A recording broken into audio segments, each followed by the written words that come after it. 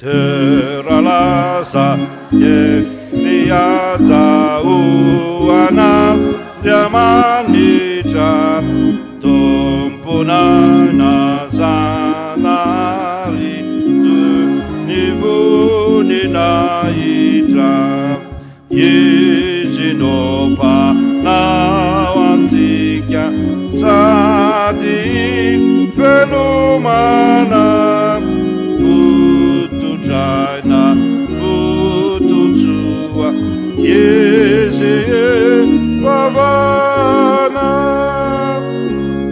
ira isika we alleluia teraua ana Yamanitra di alleluia alleluia alleluia alleluia alleluia era isika we alleluia teraua nandri Yamanitra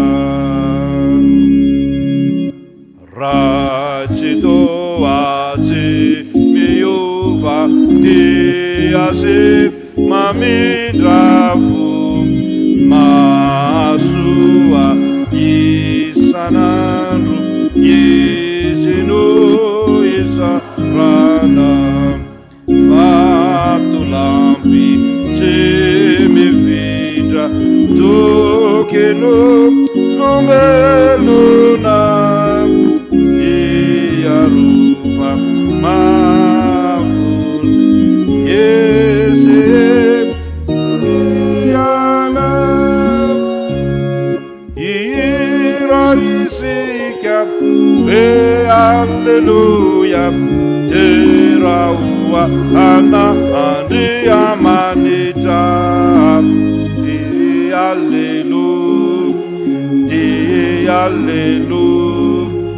alleluia alleluia alleluia alleluia era isika we alleluia teraua nandri Yamanitra favaka isika rainay tsy toa tokoa ianao rainay amin'ny alalan'i Jesosy Kristy mpamonjy anay tsy miovy ianao ary tsy ho tapitra ny taonanao ny taona dia mivadibadika fa ianao kosa tsy miova amin'ny famindramponao sy ny fitiavanao anay fa tianay ianao ary nanome fiainana ao anay dia ny zanakao malalanao ny teninao dia fiainana ao anay ary fiainana tsara sy marim-potitra ho anay izany koa dia tsy nizongozona ny finoanay na dia teo aza ny toe-javatra maro samihafa nitranga tamin'iny taona lasa iny dia indro izay entinao amin'ny fahazavanao ka mahita ny lalakombana nahita izay nale dia indro izay vokisanao fahaela velona satria teninao raha teo zany raha eo misotranao izay fa ny fahasoavanao tokoa no natozao anay ary ny fitahiana avy aminao izay hitantananao ny fiainanay ka tratry ty andro anio ity izay andro lehibe aminay satria milaza aminay indray fa mitohy ny fiainana ary mbola ho ela velona izay matoko izany izay satria miaraka aminao izao fampoavana izao dia ataonay amin'ny anaranao ary voninahitra ao amin'ny anaran'i Jesosy Kristy tomponay no anaovanay izany vavaka izany amen azo toerana tompoko dia mandroso mankeo amin'ny fiainona ny tenin'Andriamanitra avy hatrany isika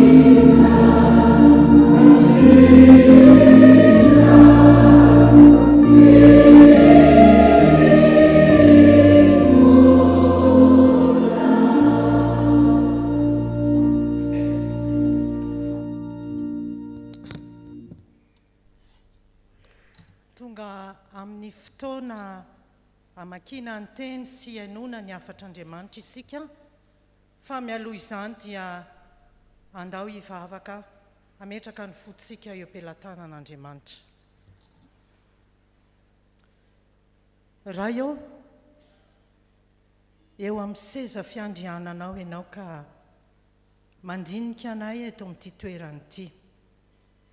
Amin'ny alalan'i Jesosy no anandratanay izao vavaka izao, anoloranay ny fonay mba ho kasihy ny fanahinao masina, satria tsy efa ny sain'olombelona ary tsy amin'ny fahalalana na amin'ny fahendrena no andraisana sy hiainana ny teninao, fa ny fanahinao masina izay miasa mikery sy amin'ny fahefana atao anatin'ny fonay ka mahatonga ny fiainanay hiova, mahatonga ny fiainanay mifanaraka tsara amin'izay sitraponao sy ny teninao, ary mahatonga ny teninao ahvokatra be eo amin'ny fiainanay. Misaotra ny amin'ny fanamasina izay manendry molotry ny mpamaky sy ny mpanomponao izay izarany teny, ary misaotra ny amin'ny asan'ny fanamasina ihany koa izay manomana ny fon'olona mba hanana fotsotra tahaka ny an'ny zaza ka mora mandray ny teninao ary avokaran'izany teninao izany eo amin'ny fiainany tsirairay avy. Dia mitenena ianao Jehovah, fa vonona iainao anao zahay ary amin'ny anaranao rery ihany no anaovana izany vavaka izany. Amen. Ny vaky-tenintsika anio dia amin'ny Salamo 121, andininy voalohany ka hatramin'ny 10, ny Jaona 1, andininy voalohany ka hatramin'ny 15, ary Efesianina 1, andininy 20 sy ny 21. Ny teny rehetra dia vakiana amin'ny anaran'i Jesosy. Halleluja! Ideran'i Jehovah amin'ny foko rehetra aho, eo amin'ny fivorian'ny marina sy ny fiangonan-dehibe. Lehibe ny asan'i Jehovah ka dinihiny izay rehetra mankasitraka azy. Madera sady malaza ny asany, ary ny fahamarinany maharitra mandrakizay. Manao izay ahatserovana ny fahagagana nataony izy, miantra sy mamindra fo Jehovah. Nomeny anina izay matahotra azy, tsarovany mandrakizay ny fanekeny. Ny herin'ny asany naseho tamin'ny olona, tamin'ny nanomezany azy ny lovan'ny jentilisa. Ny asan'ny tanany dia fahamarinana sy fitsarana, matoky avokoa ny didiny rehetra. Mitoetra mafy mandrakizay doria ireny, fa natao tamin'ny fahamarinana sy ny fahitsiana. Manatitra fanavotana ho an'ny olona izy, efa nanorina ny fanekeny ho mandrakizay izy, masina sy matahotra ny anarany. Ny fahatahorana an'i Jehovah no fiandoham-pahendrena, fahalalana tsara ho an'izay rehetra mankatoy izany, maharitra mandrakizay ny fiterana azy.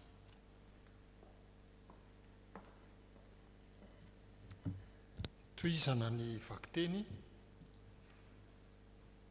Tamin'ny voalohany ny teny, ary ny teny tao amin'Andriamanitra, ary ny teny dia Andriamanitra. Izy dia tao amin'Andriamanitra tamin'ny voalohany.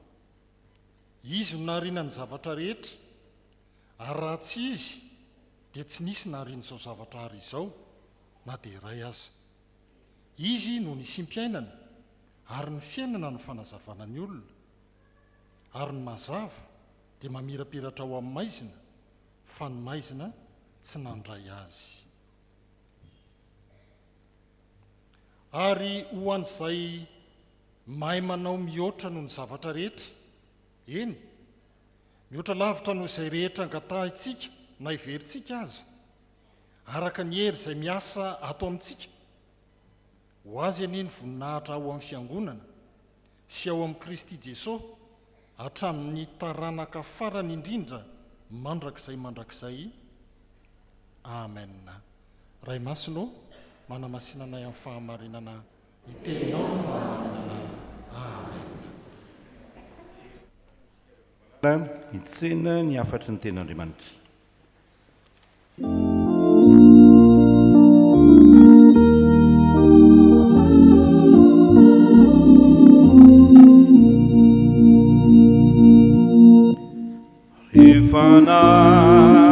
Ipanazava miandrandrana za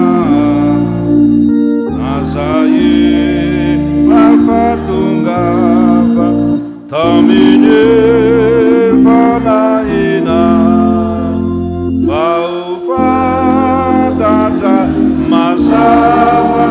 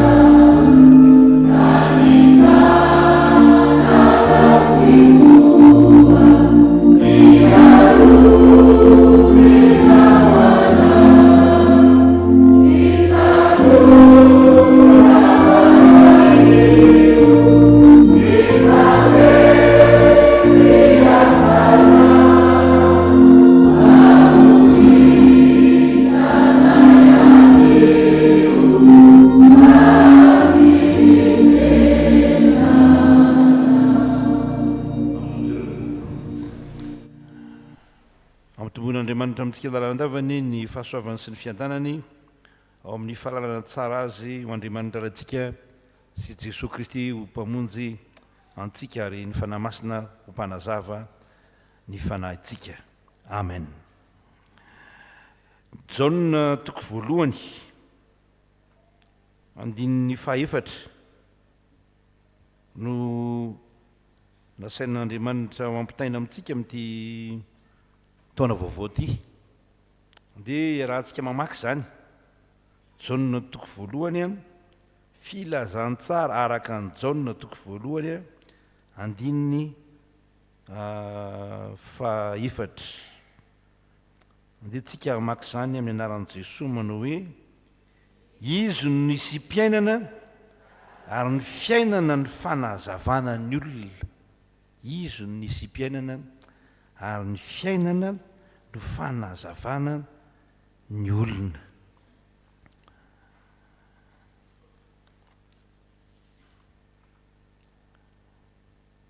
Taona vaovao zao ny fanondrin'ny olona rehetra dia hoe tsy hoe ho taona tsara ihany ny taona diavina fa omen'Andriamanitra tompon'andro ihany koa ny hoe lavelona. Miresaka hoe lavelona zany dia inona no resahana ao anatin'izany hoe mahateza ny aina.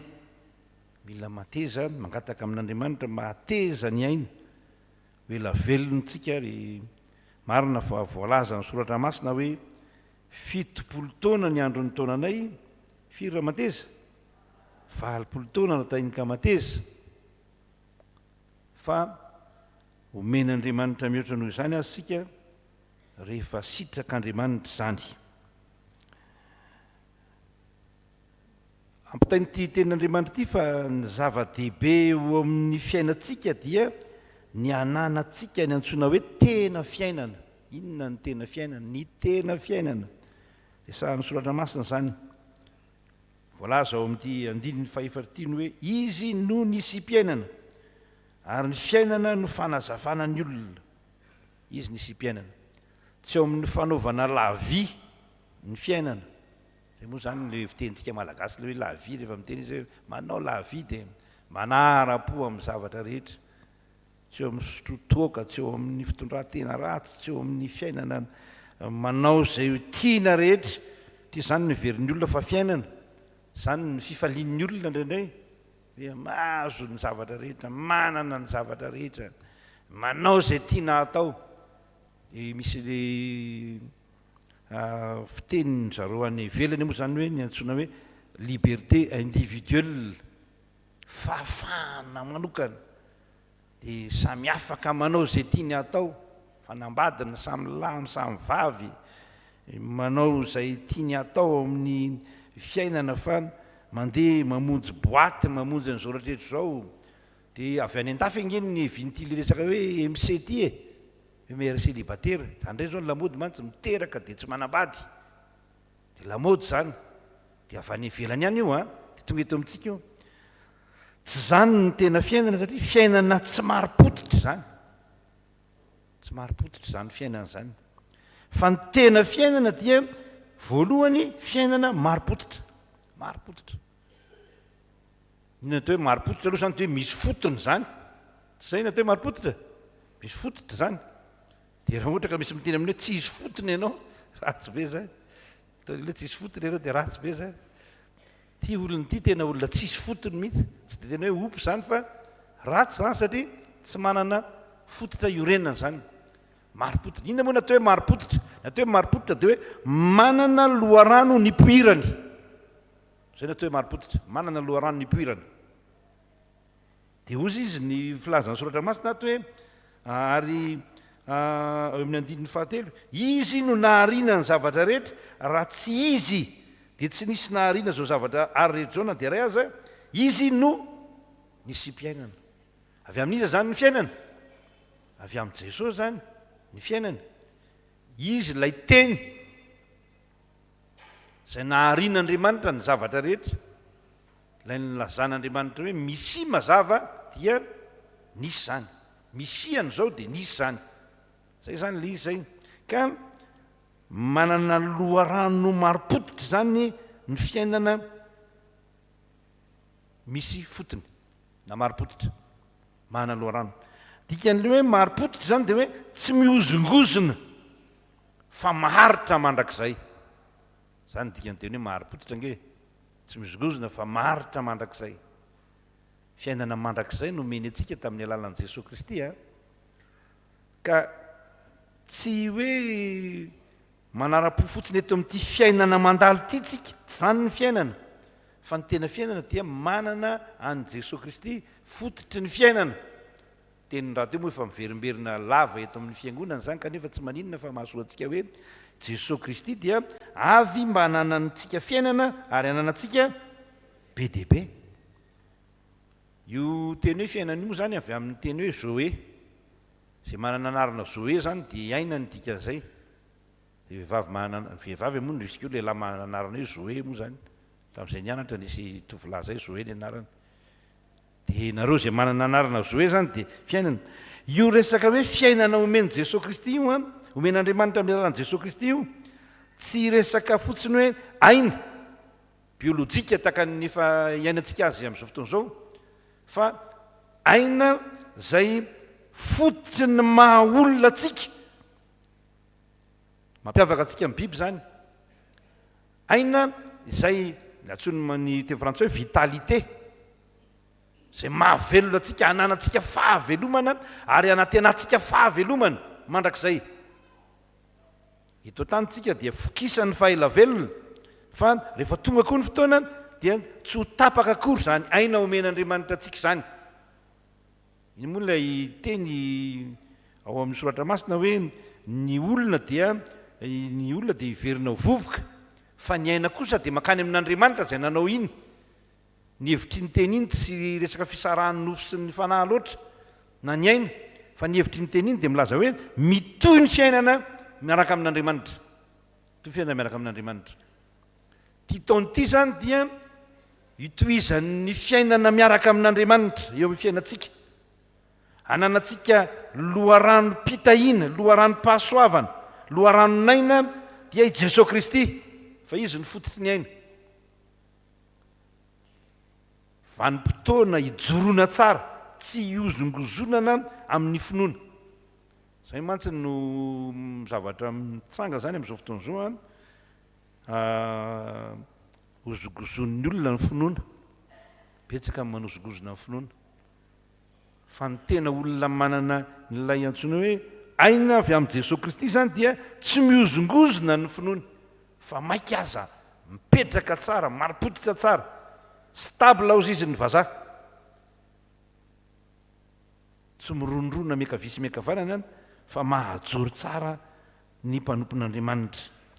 Mamaky an'ireo teny eo amin'ny soratra masina tsika dia mahita ny fitondran'Andriamanitra ny fiainantsika ho an'izay mahay manao mihoatra noho ny zavatra rehetra.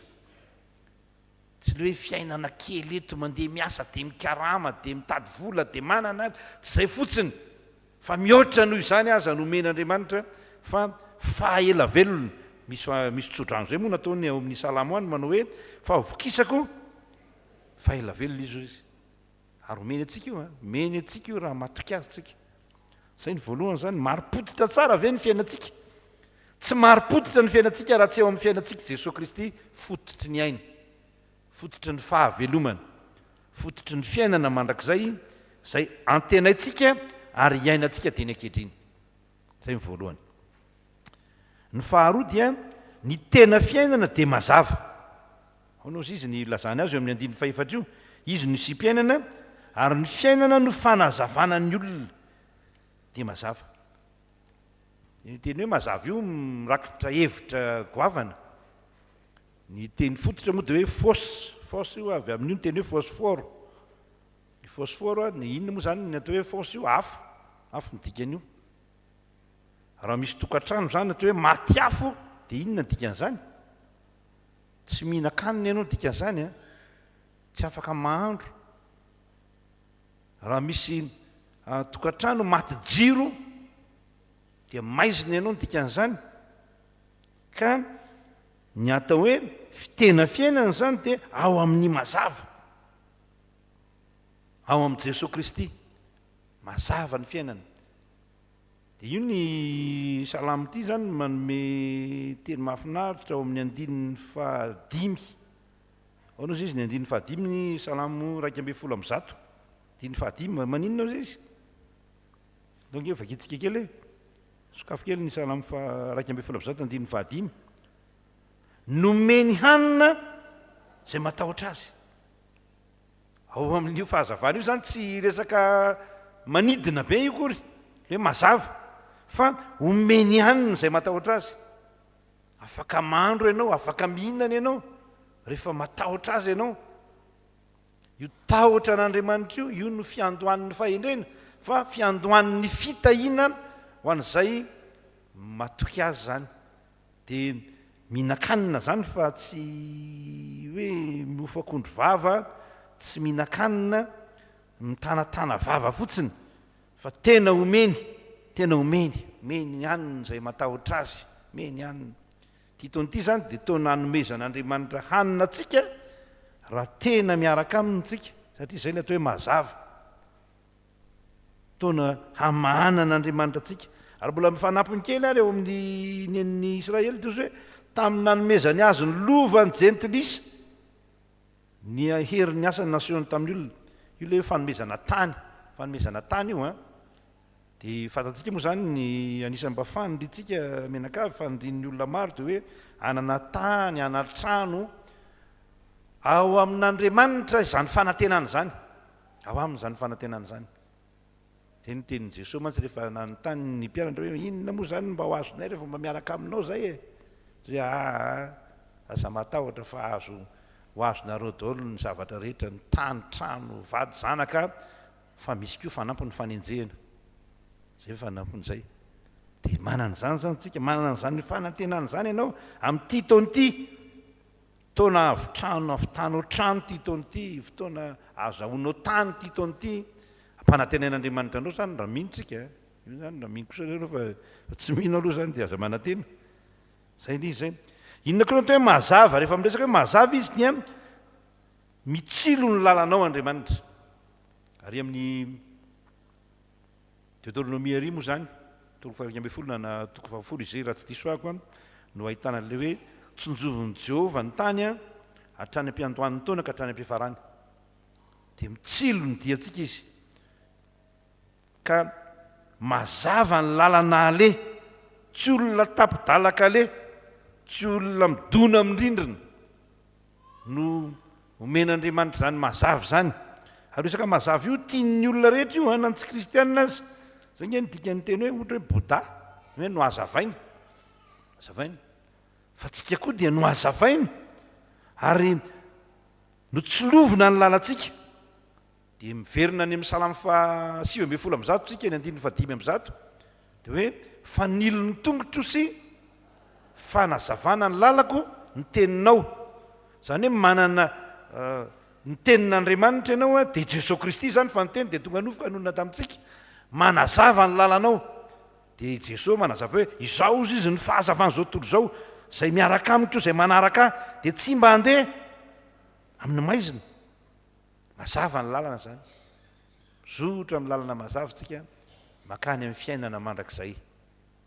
Fa tsy hoe mitady zao fiangonana rehetra zao, mitady an'izao olona mahay miteny sy mahay miresaka rehetra zao azahoana fiainana mandrakizay. Fa tena mazava. Ary ny mazava izy dia mamirapiratra ao amin'ny maizina. Tsy misy zavatra maizina zany eo amin'ny fiainantsika fa azavain'Andriamanitra amin'ny tenin'ny fiainantsika ka afaka mandeha andro manalinatsika. Zany angely izy e. 5:300 andro tsika afaka mandeha foana, afaka manao zavatra foana tsika. Tsy misy fotoana izay atoritsika na hoe ara-panahy zany resahako zany hoe atonga tsika tsy havita ninninona fa azavain'Andriamanitra tsika.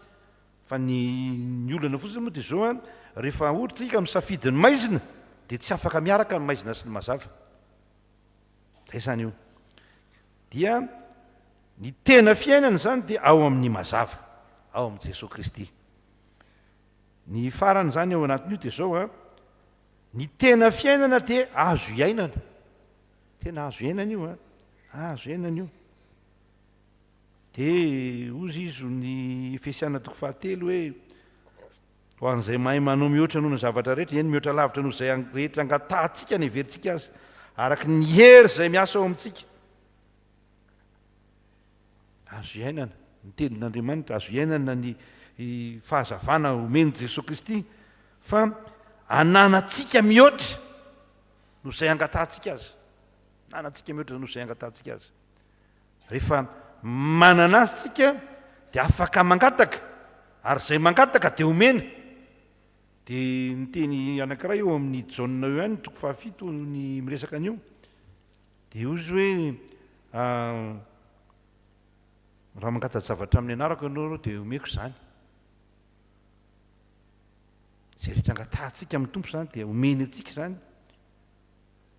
Fa manatitra fanavotana ho an'ny olona izy ny soratra masina.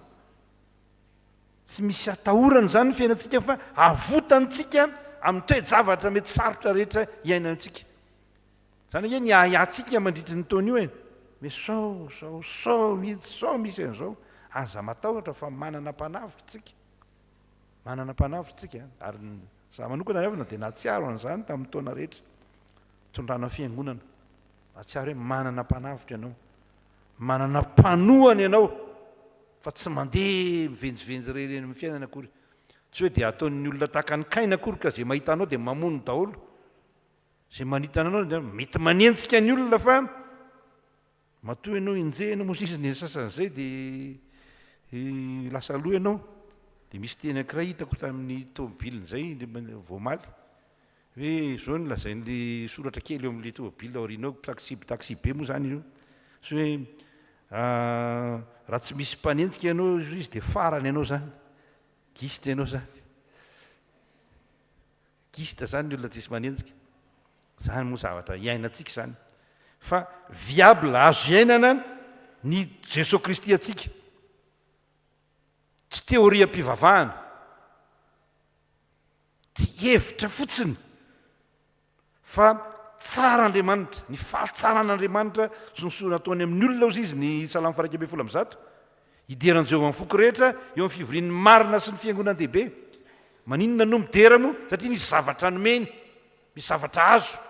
Tsy ny taona vaovao ihany nomeny fa be dehibe ny zavatra tian'Andriamanitra omena antsika. Fa saingy ny problema antsika nge dia zao hoe tsika mihitsy tsy mamelatra tanana handray an'izany zavatra tian'Andriamanitra omena zany.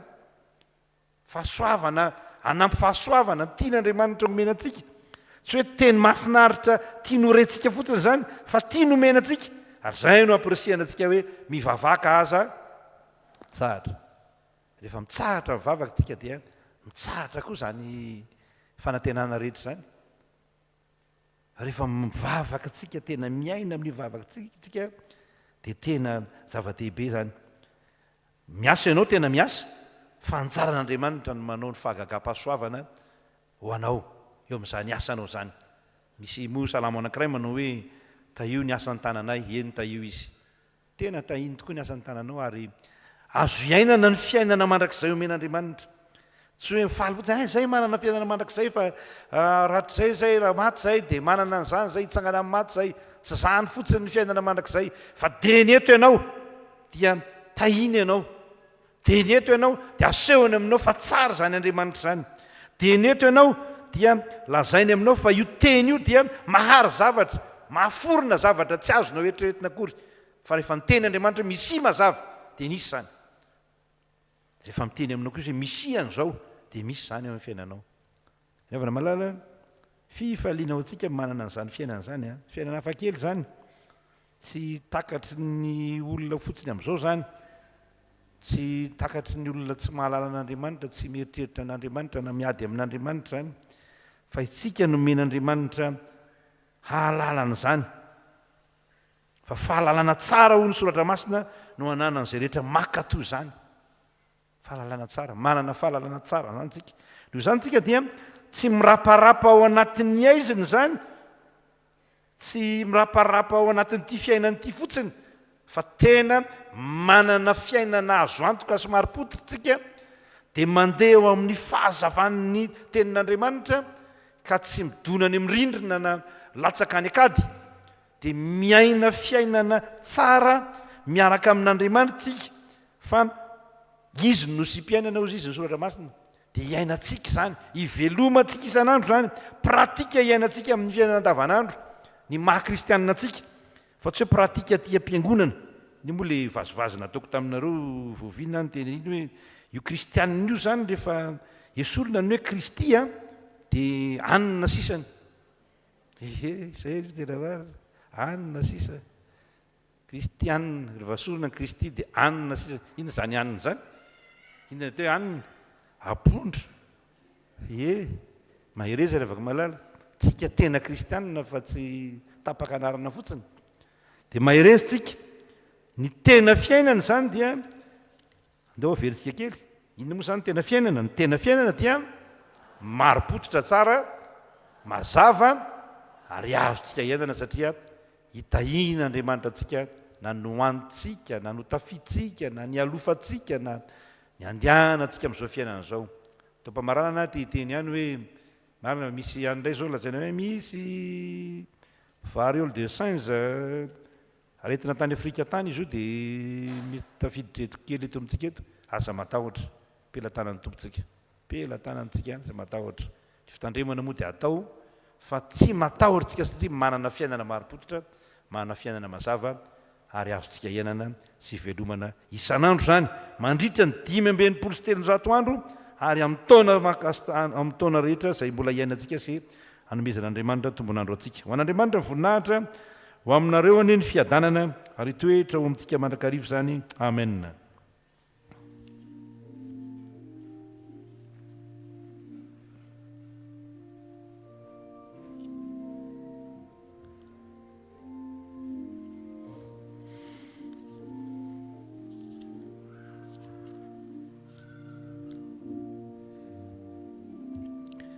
Vavaka sika misaotra anao zahay fa nomenao fiainana tokoa zahay tamin'ny alalan'i Jesosy Kristy.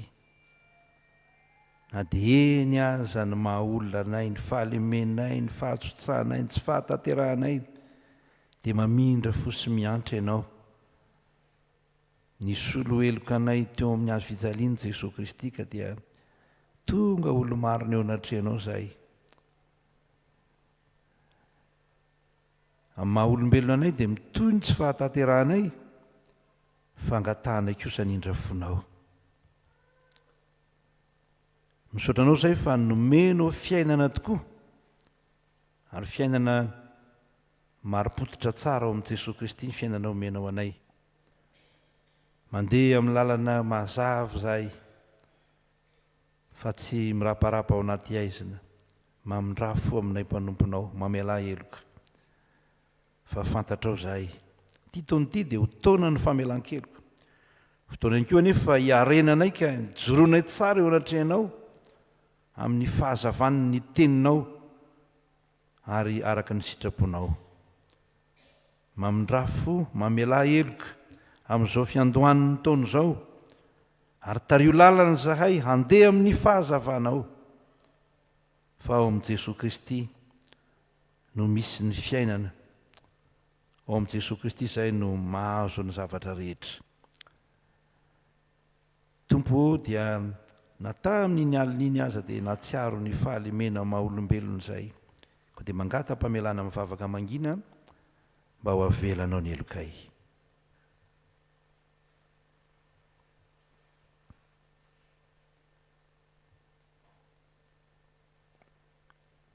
Ny anaran'i Jesosy Kristy tomponay no anaovanay izany vavaka izany. Amen.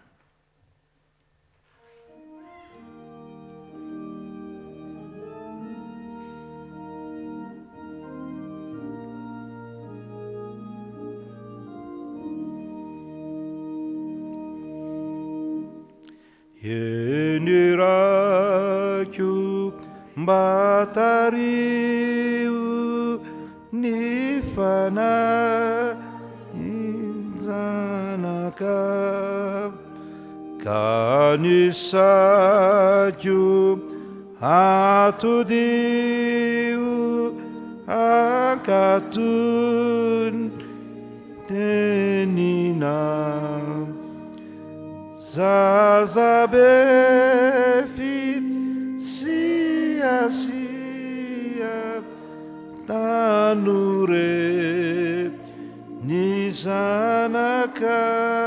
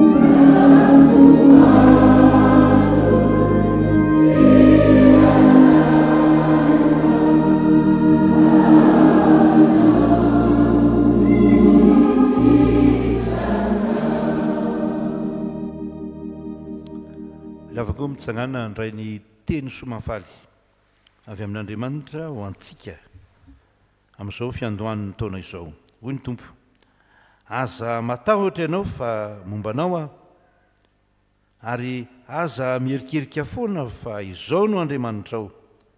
Mampahery anao aho sady mamonjy anao, eny mitantana anao amin'ny tanana ankavanan'ny fahamarinako aho. Fa efa tonga ny zanak'olona hitady tsy hamonjy ny very, izy no nisy mpiainana, koa voavelany elokareo no ny anarany masina midy aran-tompontsika. Amen. Amen.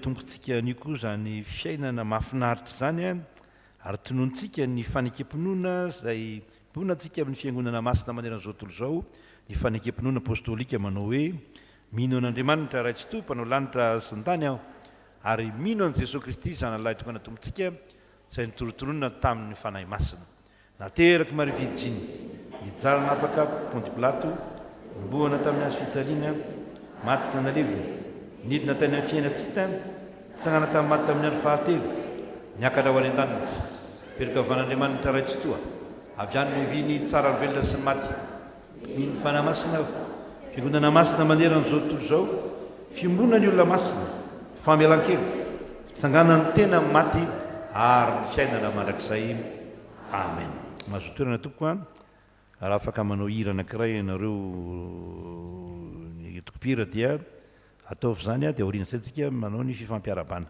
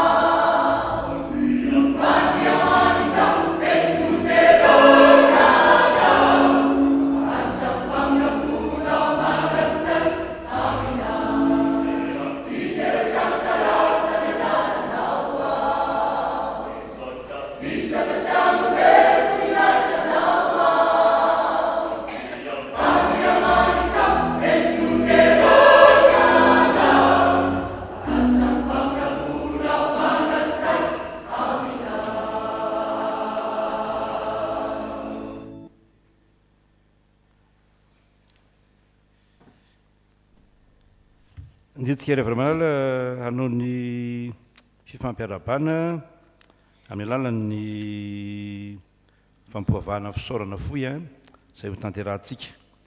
Mpitsanganana novantsika ny hira 1970 andiny voalohany dia rahany vavaka zany sady vavaka fangatahana, sady vavaka fangatahana io rahany vavaka zany sady vavaka fangatahana dia mipetrakantsika aorian'izay misy soratra masina izay hovakiana amintsika ary hovakitsika.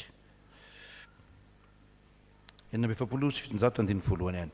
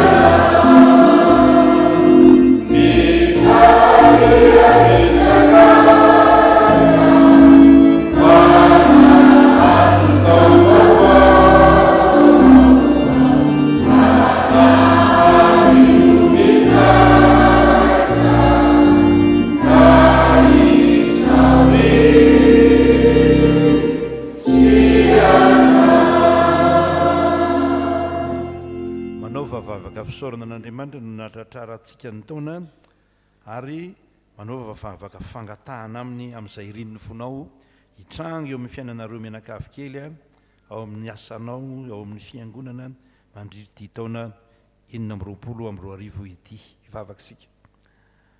Ndreto izay misaotra anao, tena misaotra anao amin'ny fonay manontolo izay fa tsara ianao sady mpanao ny tsara ary fahasoavana nampy fahasoavana.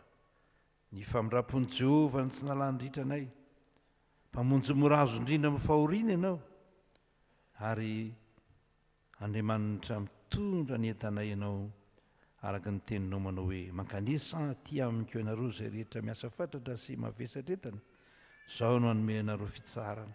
Tanterahanao tokoa izany nandritra ny taona 520 iny. Be dehibe ny zavatra sarotra ny lalovanay Tompo, na ny lalovan'ny ankonanay, na ny lalovan'ny firenenay, lalovan'ny fiangonanao koa aza ny aina zavatsarotra saingy tsy hitany mason'ny olona indraindray, fa ianao kosa dia mijery anay eo anatin'ireny, mamindra fo aminay, mitantana ny fiainanay. Ndreto izay misaotra anao dia anonona vavaka fisaorana anao izay isan'ny batan'olona sampianakaviany izao taonay vavaka mangina kanefa vokatry ny fo zany.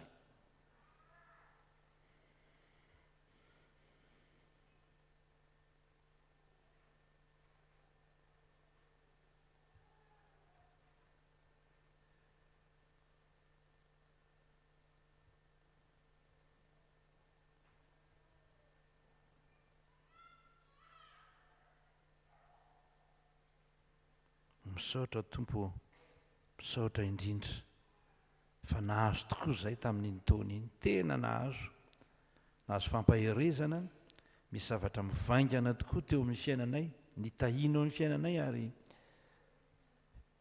ny fitahinao dia tondra zavatsoa anay teo amin'ny fiainana. Ankehitriny izay dia te hangataka aminao indray Tompo, fantatray fa miaino mandrakariva ny vavaka ianao. Raha matoky anao izay, raha mino anao izay, mino izay Tompo, ka dia mangataka aminao koa izay ny amin'izay tranga amin'ity taona ity, mba ho eo am-pelantananao. Anankiray amin'ny ombonanay dia ny hoe arovy ny fahasalamanay, arovy amin'ny valana aretina, arovy amin'izay aretina tsy fantatray samihafa, ary arovy amin'ireo aretina samihafa toy ny fahatapahan'ny lalan-drà, ny fiakaran'ny siramamy, ny fahajambana vokatry izany, ny fahalemena vokatry ny karazana aretina samihafa mitranga eo amin'ny fiainanay, dia arovy amin'izany ny mpanomponao amin'ity taon'ity Tompo. Dia ndreto koa izay nefa hangataka aminao izay mba irininy fonay tsirairay avy, dia tolotra eo ampelantananao amin'ny anaran'i Jesosy Kristy izany.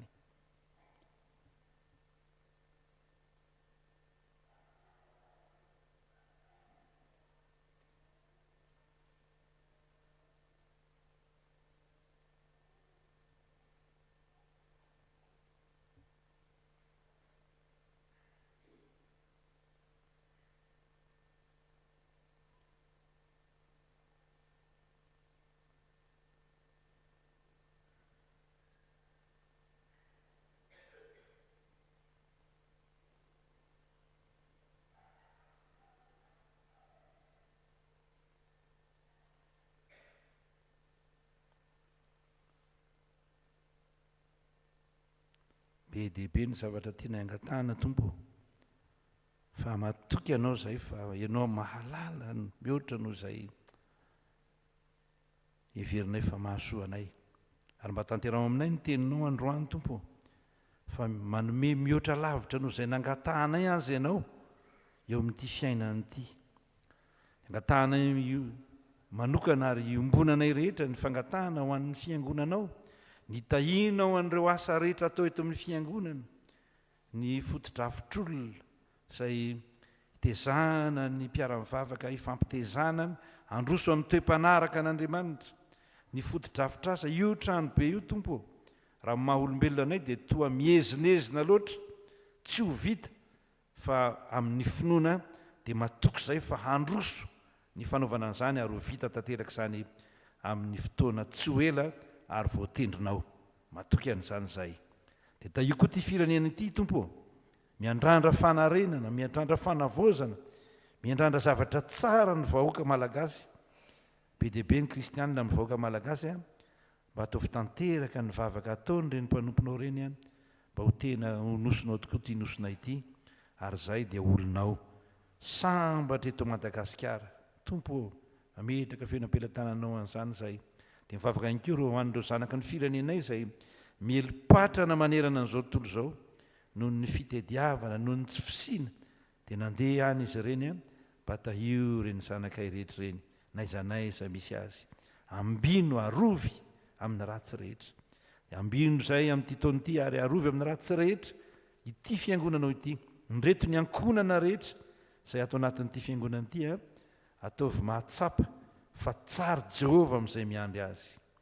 Izany vavaka izany dia akamanay mivavaka nampianarinao anay manao hoe raha inay izay ranitra masina ny anarana tokana ny fantakanao atao anay sisinao entinatany takany tanitra manay misy anasaka hoe menanakay ka namenanay sy netoa taminay fakapana fa manafaly azy anao fanjakana sy ary voninahitra manak'izay. Amen. Petra revana malala azo toerantsika. Tia no teny vatso atsika amin'ity taona ity, ohabolana fahasivy, andininy fahafolo sy ny andininy faraika ambin'ny folo. Ohabolana fahasivy andininy fahafolo sy faraika ambin'ny folo. Rahantsika mamaky izany amin'ny anaran'i Jesosy Kristy dia aorianan'izay tsika dia manao ny hira 975 ihany andininy fahatelo eo petrahana ihany dia vita izay dia mifampiaraba tsika mpianakavy finoana ao anatin'izay. Dia nisahako no misantatra ny fiarabana dia avy eo nareo mifampiaraba ny samy kristianina. Ohabolana fahasivy andininy fahafolo sy faraika ambin'ny folo. Amin'ny anaran'i Jesosy manao hoe ny fahatahorana an'i Jehovah no fiandoam-pahendrena ary ny fahafantarana ny ray masina ny fahazavan-tsaina. Fa izaho no ampitombona ny andronao sy hanamarona ny taona iainanao. Fa izaho no ampitombona ny andronao sy hanamarona ny taona iainanao. Ny azavaikely fotsiny io zany fa tsy hitory-teny fandrony akory ataony hoe izao eo moa zany dia ikely no ampiasainy eo, ikely no ampiasainy eo anatin'io dia le fahendrena zany no resahany eo. Ny olona endry dia mitombo taona, tahian'Andriamanitra ny androny. Ny olona endry ary natao hoe olona endry dia olona matahotra an'Andriamanitra. Azontsika tsara le izy fa dia ho ampitombon'Andriamanitra ny androntsika ho hamaroiny ny taona iainantsika ary dia fanatitra amin'ny zanaka manjafy ho an'izay manana zany, fanatitra amin'ny zanaka izay mbola tsy manana zafy, ary hotain'Andriamanitra hovokisany fahaela velona. Dao hira ny hira 750 ray tsika andiny fahatelo dia ifampiarapitsika.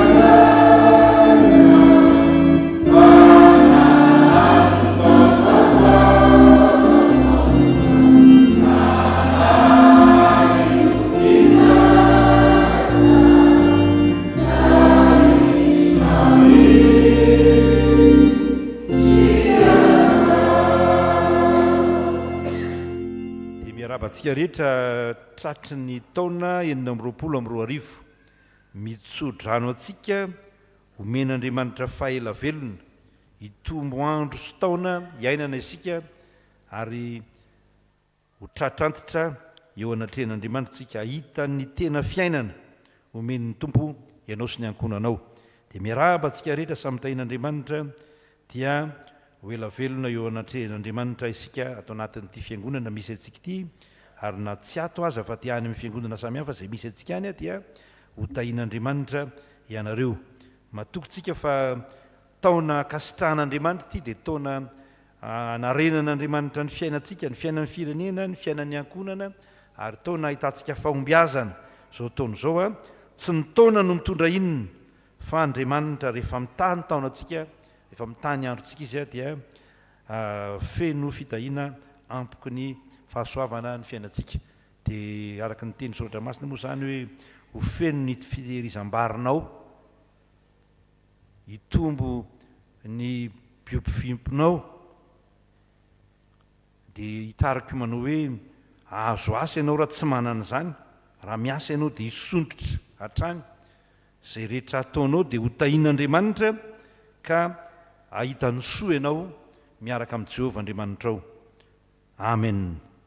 Dia ndao ary arabao ny olona akaikinao, za aloha tsy manana sopapa omena anareo androany, fa dia zao fotsiny hoe arahaba tratran'ny taona ahoana izy teo zao alefa arahaba tratran'ny taona dia ho asoavy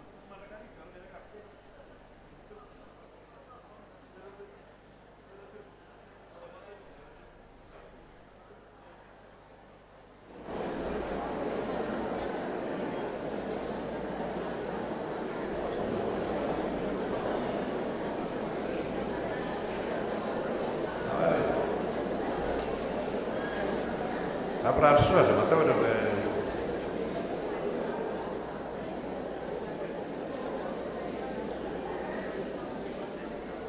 ny taona 420 dia isy zavatra misy fanavozana maromaro hitsanga eto amin'ny fiangonana dia miaina amin'izany tsika. Aoka izay fa ampy izay fa so lava loatra indray sandray sasany manao zavatra hafa. Ya, mahafinaritra ny taona ary noko fa matoatsika tonga miara-mivavaka dia nilamina tsara tsika hatry ny alina, avy ny orana moa dia misaotra an'Andriamanitra tsika fa izay ty voaboaka tany aloha zany sakana ny orana ihany tsy afaka voaka. Dia misaotra tompontsika, misy koa nefa nandeha tany ihany satria manana fianakaviana entina mivoaka miara-paly, tsy misy tsiny zany akory satria fiainantsika zany ary fiainana mahafinaritra omen'Andriamanitra antsika. Dia mirary ny soa rehetra ho antsika mianakavy ary mifampivavaka tsika, dia tehiriziny amin'ny fifankatiavantsika, tehiriziny amin'ny fitiavana an'Andriamanitra tsika rehetra. fitahin'andriamanitra tompoko. Zay ny amin'ny fifampiarabany e, fa dia miraro soa antsika rehetra. Zao sika dia iaino zavatra kely vitsivitsy averiko eo amintsika ny hoe amin'ny alady moa zany dia miverina amin'ny laony ny fampovavahana fandraisana io ary io no aladin'ny taom-baovao dia io ny fifampiarabana samihafa zany fiarabanan'ireo ray aman-dreny fiarabanan'ireo tompona andraikitra eto amin'ny fiangonana dia mba samy miezaka ho tonga amin'ireny tompoko a satria ny fiangonana dia mahatsiaro anareo, mahatsiaro antsika ao anatin'izany.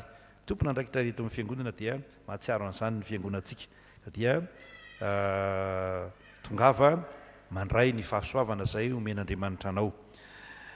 Ny sabotsy dia mpihevitra rà ny amin'iro sasany hoentina amin'io sabotsy io ny katekomenina raisina amin'ny faran'ny volana janoary. Ny atao hoe hoentin'io moa zany tsy hoe tsirairay, tsy hoe anarana tsirairay dia dinihana tsirairay fa entin'io ampahafantarana antsika hoe retino izy takan'izao ny fizotran'ny fianarana dia takizay. Takizany koa eo amin'ny akatoko ny fandraisana amin'ny telo sasany. Hoentin'io koa ny katekomenina samy mijery eo tsika rehetra. Ary eto dia efa milaza melo hoe ny katekomenina hoentin'io amin'ny ambaratonga reny tsy hoe ataotao foana akory, marina le hoe mafitsipika azy fa tena atao reny azahoantsika mandinika tsara an'ireny olon'ireny. Ka raha misy zavatra mitrangana amin'ny fiainan'ireny olon'ireny dia miresaka tsika, tena miresaka tsika, resahana izy na azo resahana mivantana moa zany dia resahana mivantana eo amin'ny fivoriana, na tsy azo resahana mivantana eo amin'ny fivoriana dia resahana manokana amin'ny mpitandrina hoe reny olon'ireny ity olon'ity mbola misy takan'izao na misy takan'iny tsy manjary voaray tsy fidiny reny olon'ireny dia manjary sahirana tsika. Dia fitezana moa izy tsy resaka hoe sivana fa fitezana ary fifampitezana mba marina tsara ny olon'Andriamanitra. Zay zany ny amin'ny sabotsy ho avy izao dia mifampivavaka tsika mba ho tanteraka soamantsara izany fandaharam-potoana ny fiangonana izany. Mitrindrotsika ny alady amin'ny ena sasany sy amin'ny sivy ora sy sasany. Dia mba taona vaovao zany io, marina fa mbola vitsivitsika neto fa mba taona vaovao dia aza manao taratsony zay zareo taratsony vaovao taona vaovao dia mba hoe amin'ity taona ity mba tsy ho tara. Zay no angatahako aminao Andriamanitra mba tsy ho tara fa dia tahin'Andriamanitra tompoko. Ny androany dia rakitra tokana fa rakitra an'alitara, rakim-pisaorana an'Andriamanitra noho ny nahatratrarana ny taona. Tsy hoe resa-bola akory no anaovana zany fa tena fifampitezana mba aizantsika rehetra sy iainantsika zany hoe tena misaotra an'Andriamanitra rehefa tratry ny taona fa tsy hoe mandehandeha ho azy kely eo fotsiny izy io fa dia rakitra an'alitara no ataontsika ny atoko-pihira ny mihira ao anatin'izay tsika dia mandeha tsy hoe mirotoroto fa kingakinga tsara ao anatin'izany satria nahatratra ny taona dia manao an'izany rakitra zany zao tsika zao vita ny rakitra moa zany dia famaranana ny fotoana ndao ary.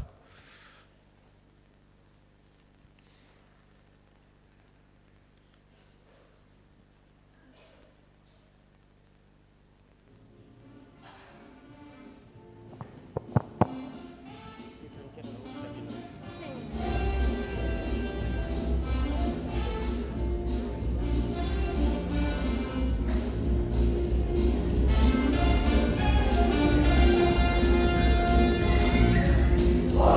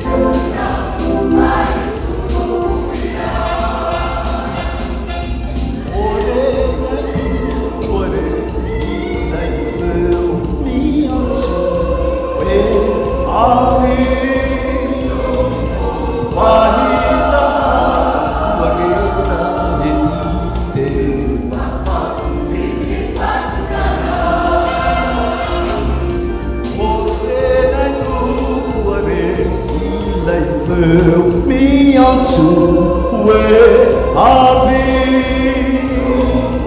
fa izakay rehetra edile efa avity efa avity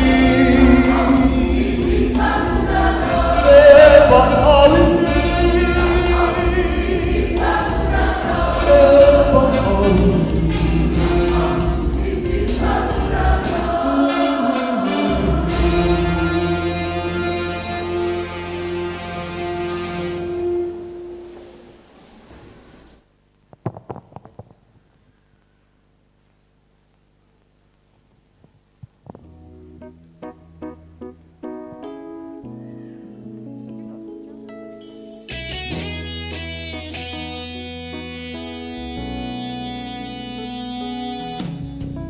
Andronia ritupude anaraka ana ifikija aminau fefa nareli natsuna sikitsatani anama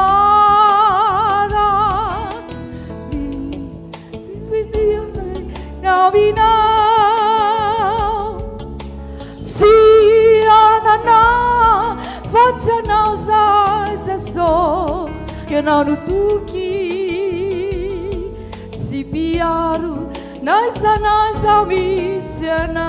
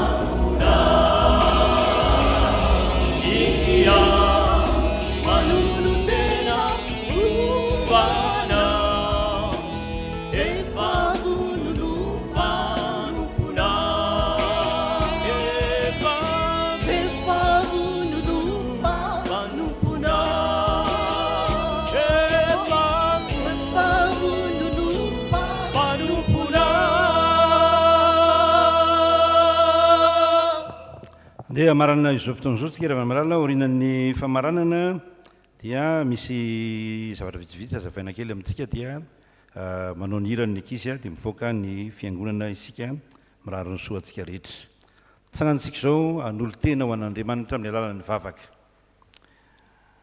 raha eo misaotra anao izay fa afaka manolo tena ho anao ao anatin'ity taona vaovao vao ny diavinay tao anatin'ny ora vitsivitsy ity raiso ny fanoloran-tenanay fa fanaty sitrapo tompo ho fanatitra velona eo anatrehanao ny tenanay ho fanirakiraka ao amin'izay rehetra sitraka ao Andriamanitra dia ho voatitra eo anatrehanao koa ny fiainanay ka atokany ho anao izay tompo ao ny fiainanay no avinay dia matoky anao zay atolotray koa reto vola aman-kareny reto ho marika izany fanoloran-tenanay izany ho ampiasaina amin'ny sitraky ny fonao ao amin'ny fiangonanao sy eo amin'ny fiarahamonina amin'ny anaranao Jesosy Kristy tomponay no anaovanay izany vavaka izany amen timbetraka tsika raha tsy efa nandray ny tsotrano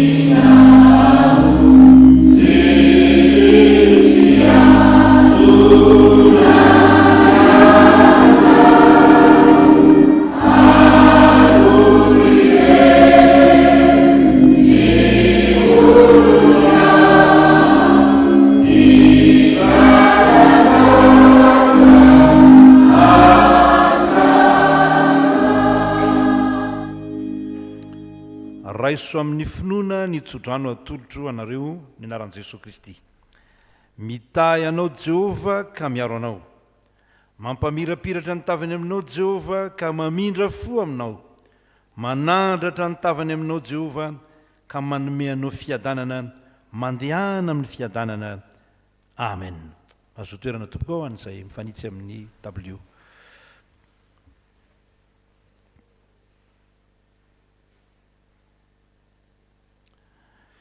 dia ho anao Andriamanitra tokana sady hendry irery ihany ny voninahitra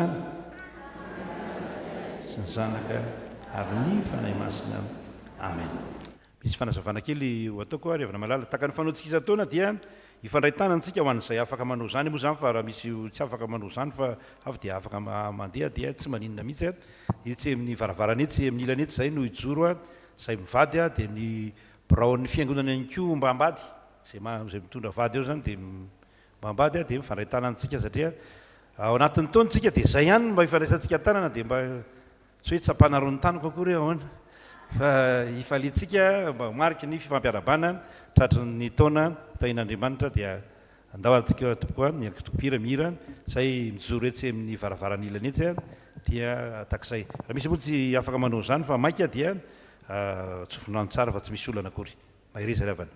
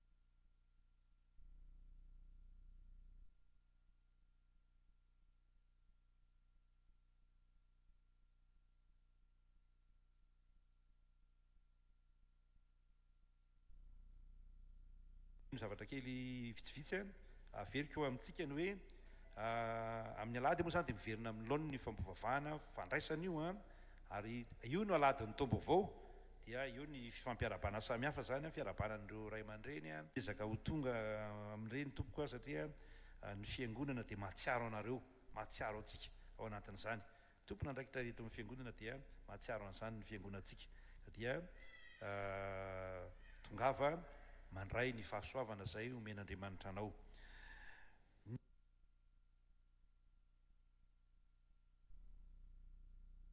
Ny sabotsy dia mpihevitra raha ny amin'ny roa sasany hoentina amin'io sabotsy io ny katekomenina ho raisina amin'ny faran'ny volana janoary. Ny atao hoe hoentina io moa zany tsy hoe tsirairay tsy hoe anarana tsirairay de dinihana tsirairay fa entina io ampahafantarana antsika hoe retiny izy takan'izao ny fizotran'ny fianarana